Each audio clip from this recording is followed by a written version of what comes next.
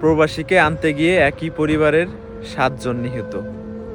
গত 2 দিন আগে নোয়াখালীতে একটা ঘটনা ঘটে, যে 7 জন লোক মারা গেছে। আমি যদি আমার ব্যক্তিগত জায়গা থেকে বলি, তাদের মৃত্যুর জন্য তারা নিজেরাই দায়ী ছিল। এখন আপনাদের হয়তো এই প্রশ্নটা আসতে পারে যে তারা অ্যাক্সিডেন্ট করে মারা গেছে, তাদের মৃত্যুর জন্য কেন তারা দায়ী থাকবে?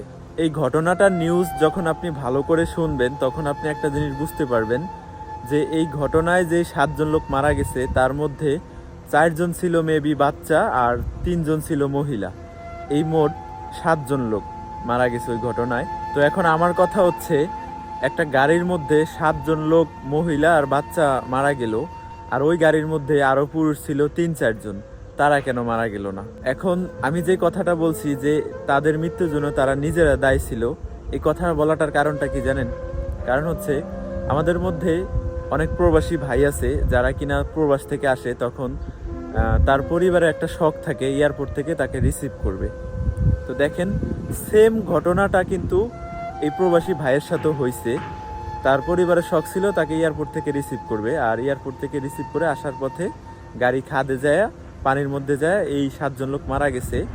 যেখানে মহিলা আর বাচ্চা মারা গেছে, কারণ তারা গাড়ি থেকে বের হইতে পারে নাই। আর পুরুষ যারা ছিল তারা গাড়ি থেকে গ্লাস ভেঙে বের হয়ে গেছে, তাদের কিছু হয় নাই, জাস্ট মহিলাগুলো মারা গেছে।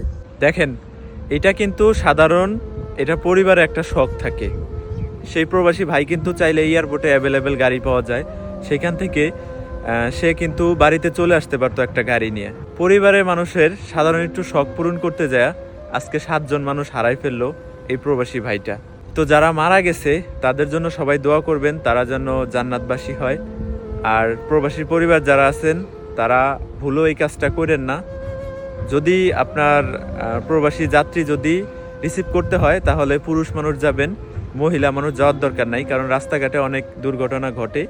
আপনারা এই কাজগুলো থেকে সবাই বিরত থাকবেন।